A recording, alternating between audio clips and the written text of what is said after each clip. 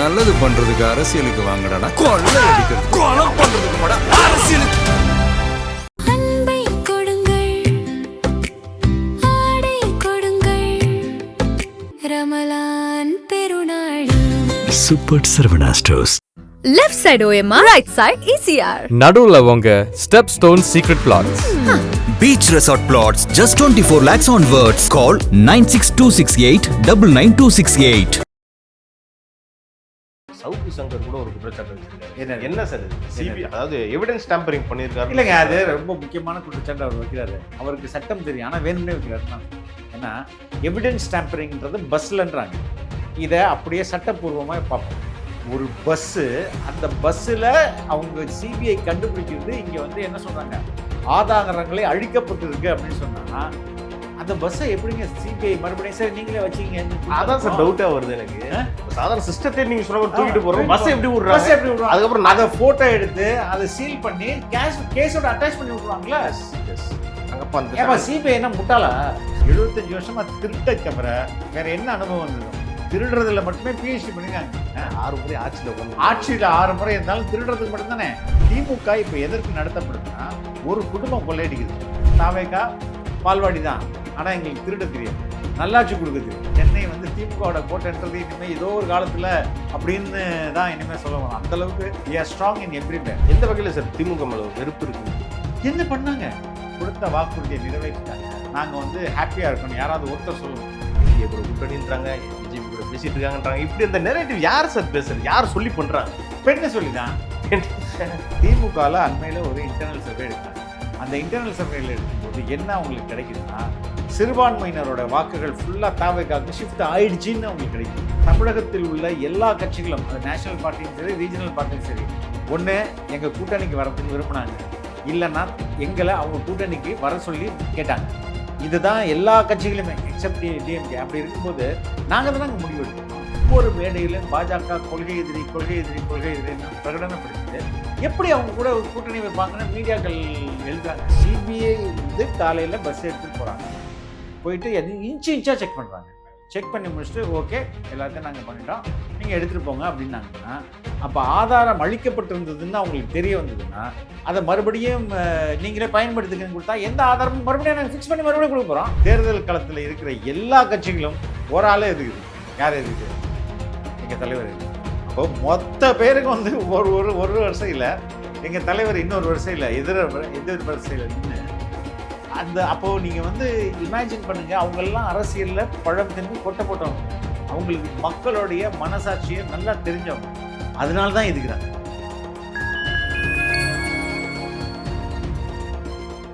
Fine time நேயர்களுக்கு வணக்கம்.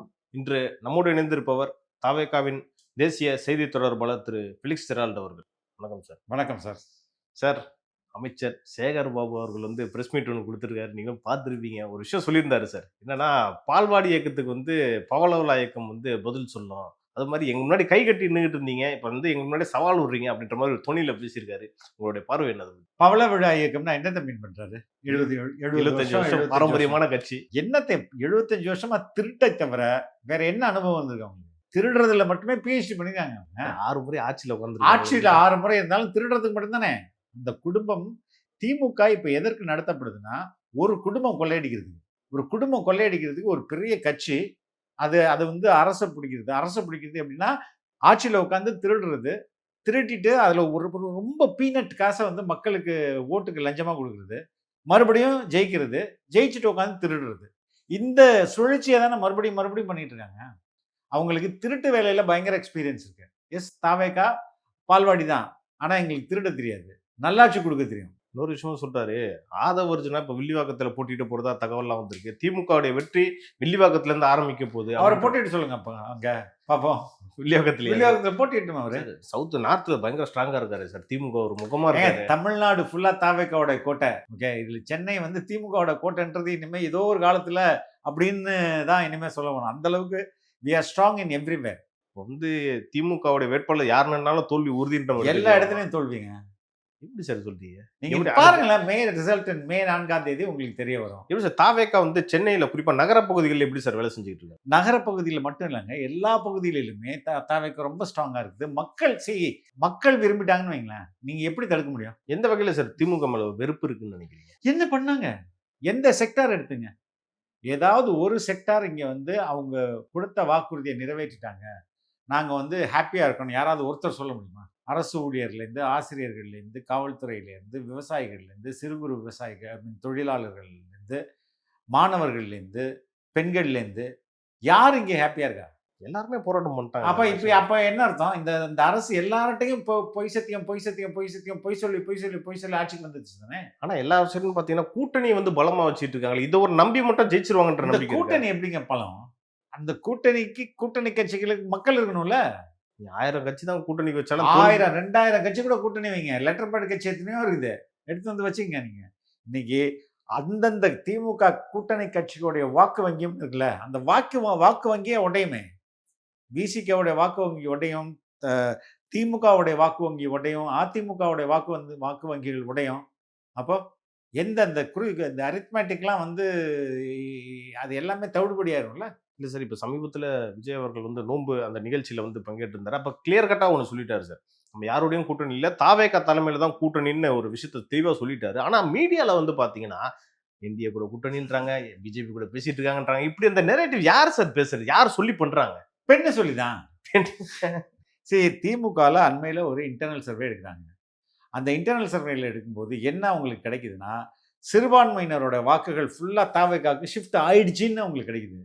இந்த ஆயிடுச்சு என்ன எப்படி நீங்க சரி பண்ண தூக்கி வாரி போட்டுருக்குமே. தூக்கி வாரி போட்டு அதான் நடிக்கிட்டு அடுத்த நாளே வந்து அடுத்த வாரமே கூப்பிட்டு எல்லா எடிட்டர்ஸையும் வாங்க, என்கிட்ட ஏதாவது கோரிக்கை கொடுக்குற மாதிரி வாங்கன்னு சொல்லிட்டு ப்ரெஸ் கிளப்போட நிர்வாகிகள்ன்ற பேர்ல எல்லா எடிட்டர்ஸும் போனாங்க. நியூஸ் சேனல்ல, நியூஸ் மேகசினு, ஹிந்து வராம எல்லாரும் கூப்பிட்டு வந்து, எப்பா எங்களை எப்படியாவது காப்பாத்துங்க, பாஜக பி டீம் தாவேக்கான்றத ஸ்ட்ராங்கா சொல்லுங்கன்னு சொன்ன பிறகு அதை ஸ்ட்ராங்கா அடிச்சாங்க. ஆனா எங்க ஆள் வந்து ஒரே வார்த்தை, அப்படிலாம் எதையும் நம்பாதீங்க, வதந்திகளை நம்பாதீங்க, அதாவது மதச்சார்பற்ற கொள்கை அப்படின்றதுல நானும் நாங்களும், அந்த நானும்ன்றத பர்சனலி அப்படின்றது ரொம்ப முக்கியம் இல்லையா?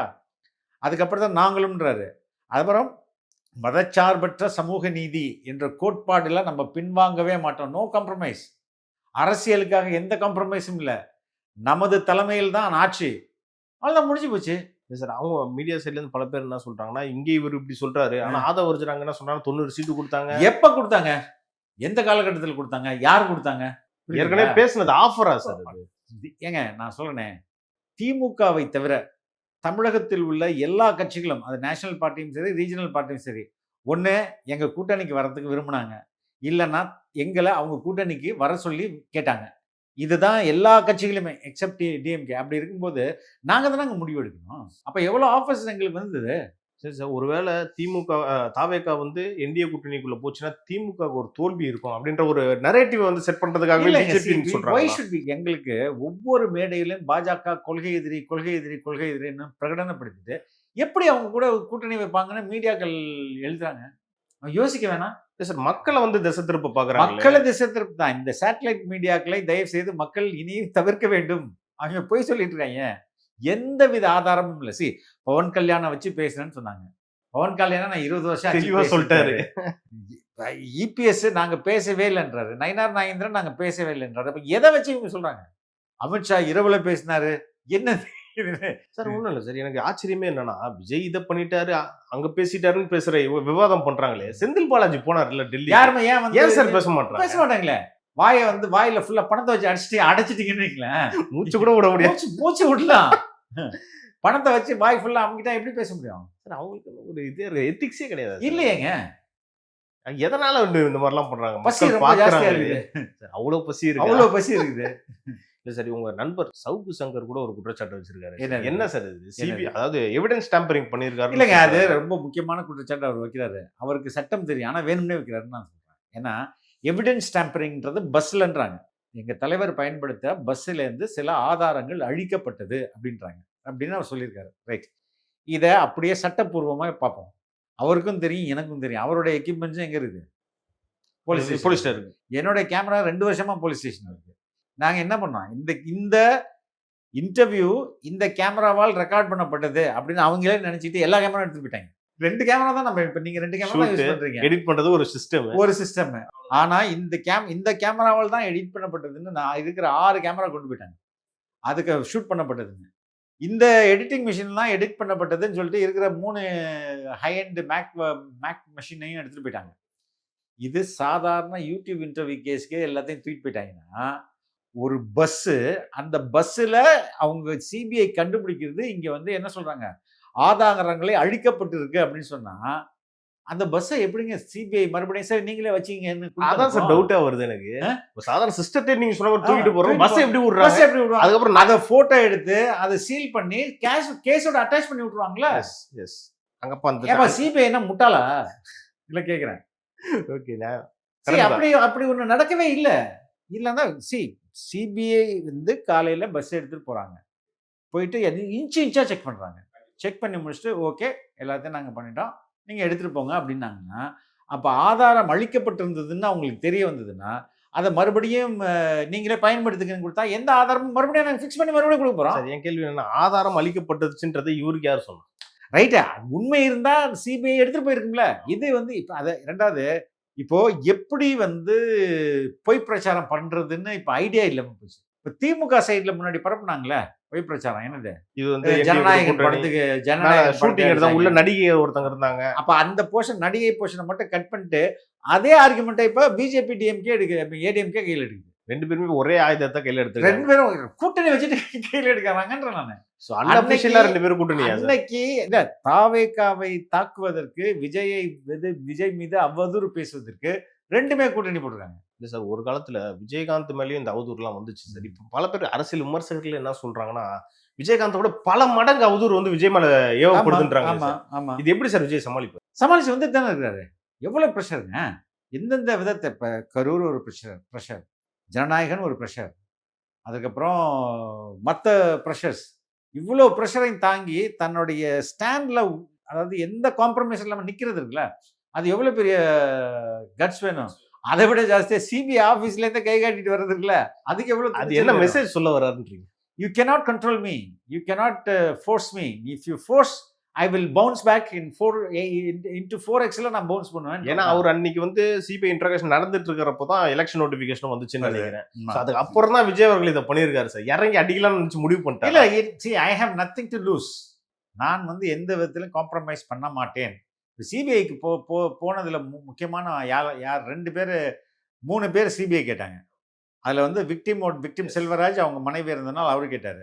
அதுக்கு மற்ற 2 பேர் யாரு?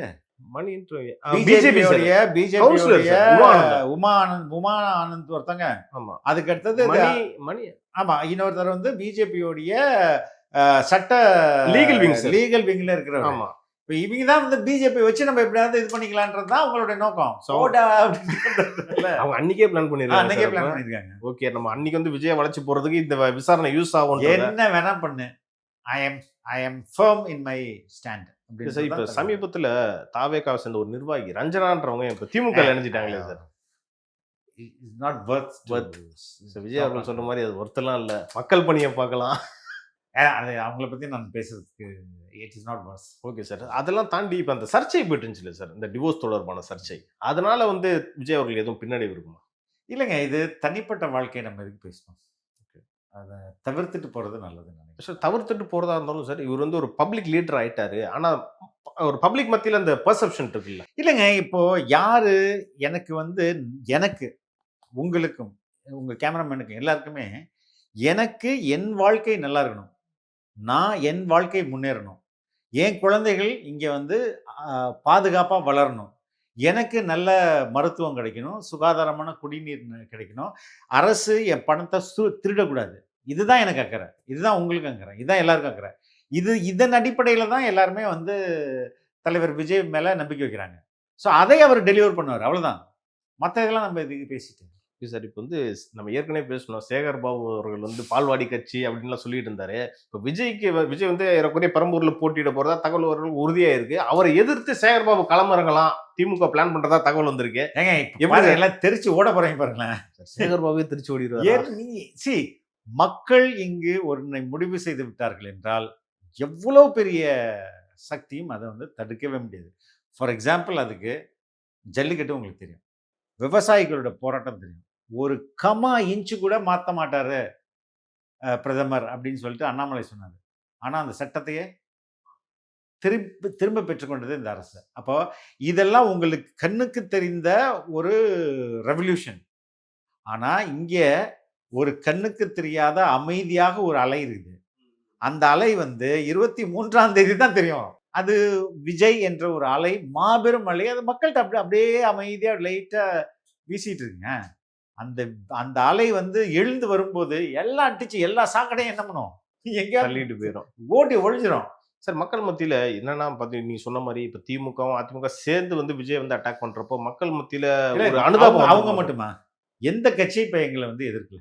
எல்லாரும் எல்லாரும் இருக்கு. இந்த தேர்தல் களத்துல இருக்கிற எல்லா கட்சிகளும் ஒரு ஆளே எதுக்குது. யார் எதுக்குது? எங்க தலைவர் எதுக்குது. அப்போ மொத்த பேருக்கு வந்து ஒரு ஒரு ஒரு வரிசையில் எங்க தலைவர் இன்னொரு வரிசையில் எதிர் வரிசையில் நின்று அந்த அப்போ நீங்க வந்து இமேஜின் பண்ணுங்க, அவங்க எல்லாம் அரசியல்ல பழம் தின்னு கொட்டை போட்டவங்க, அவங்களுக்கு மக்களுடைய மனசாட்சியை நல்லா தெரிஞ்சவங்க. அதனால தான் எதுக்குறாங்க, அதனால தான் இவ்வளோ வந்து பழி சொல்றாங்க. அதனால தான் எல்லாருமே இந்த விஜய் எதிர்ப்பு, தாவேகா எதிர்ப்புன்னு வரும்போது எல்லாருமே ஒன்று சேர்றாங்க. எப்படியாவது நம்ம வந்து அவ பேர் ஏற்படுத்திடலாமா, எப்படியாவது இந்த மக்கள் செல்வாக்கை உடைச்சிடலாமான்னு. ஆனா ஒவ்வொரு முறையும் ஒரு ஒரு எதிர்மறையான செய்தி பரப்ப எங்கள் தலைவர் அதை உடைச்சிட்டு மேலே வர மக்களுடைய அனுதாபமும் அன்பும் நம்பிக்கையும் அதிகமாகிட்டே தான் இருக்குது. நீங்கள் என்ன தான் மீடியா வச்சு குழப்புங்க மக்களை. No one statement finished. இப்போ ஒரு போராட்டம் கூட நடந்துச்சுல சார் தாவேகா சார். அங்கே வந்து ஆதவர்ஜன் வந்து ரஜினி அவர்களை பற்றி ஒரு விஷயம் பேசினார். இப்போ அதை வந்து பெருசாகினாங்களே சார் மீடியா. அவங்களுக்கு ஏதாவது ஒன்று வேணுங்க. சரி, இப்போ இந்த கூட்டணியை வந்து முடிச்சு விட்டு போயிட்டாரு, எல்லாம் இல்லைப்பா அப்படின்ட்டு. இனிமேல் அதை பேசவே முடியாது. இன்னும் ஒரு சில பேர் பேசியிருப்பாங்க, அங்கே வந்து பேசினது விஜயே இல்லைன்னு கூட பேசுவாங்க. புரியுதா? அது வேற யாரோ வந்து பேசிட்டு போனார், விஜய் இல்லைப்பா, விஜய் இன்னும் வேற இடத்துல பேசிட்டு இருக்காரு கூட்டணின்னு கூட இவங்க சொல்லுவாங்க. எதுக்கு நான் சொல்ல வரேன்னா, இன்னும் கூட மீடியா உருட்டலாம், மக்களை முட்டாள் என்று அவர்கள் கருதலாம். ஆனால் மக்கள் வந்து முட்டாள்கள் கிடையாது, மிகப்பெரிய புத்திசாலிகள் இந்த யூனிவர்ஸில் யாருன்னா அது மக்கள் தான். இல்லை சார், என்னதான் இருந்தாலும் இந்த டைம்ல வந்து ரஜினிகாந்த் அவர்களை பற்றி அவர் பேச தவிர்த்துருக்கலாம். இல்லைங்க, அப்படி கிடையாதுங்க. அவர் எப்போ பேசினாலும் அவருடைய பேச்சு என்பது திரித்து வெளியில் சொல்லப்படுது. நம்ம திருமாவளவன் பற்றி பேசினாரு, உண்மையில நல்ல என்னுடைய அரசியல் ஆசான்னு சொல்றாரு. ஆனால் அவர் பேசினதை அப்படியே உல்டா பண்ணி விடுறாங்க. எல்லாரும் பேசி திருப்பி விடுறது தானே உங்களுக்கு வேலை. இல்லை சார், ரஜினிகாந்த் பற்றி ஒரு 5 நாள் முன்னாடி தான் பேசினாரு. அவர் 5 நாளுக்கு அப்புறம் இவர் அறிக்கை விடுறதுக்கான காரணம் என்ன? அதுக்கப்புறம் அதில் இதை எப்படி பொலிட்டிசைஸ் பண்ண முடியும்னு இந்த திமுக பார்த்துருக்கோம். எல்லாரையும் அறிக்கை விடுங்க அப்படின்னு இருக்கோம். ரஜினிகாந்த் ஈல்ட் ஆகக்கூடிய ஆளா? இல்லைங்க, நான் ஐ டோன்ட் திங்க் அதையும் வந்து ஏன் நான் இதை பேசுறது வேணான்றேன்னா, ஆதவர்ஜுன் மன்னிப்பு கேட்டார். இவர் கருத்துக்கு மன்னிப்பு கேட்டால் அதோட அந்த இஷ்யூ முடிஞ்சிருச்சுல. எதுக்கு முடிச்சு போனதை நம்ம தூக்கிட்டு போயிட்டுருக்கோம். ஓகே சார், நேரத்துக்கும் கருத்துக்கும் நன்றி சார். ரொம்ப நன்றி, தேங்க்யூ.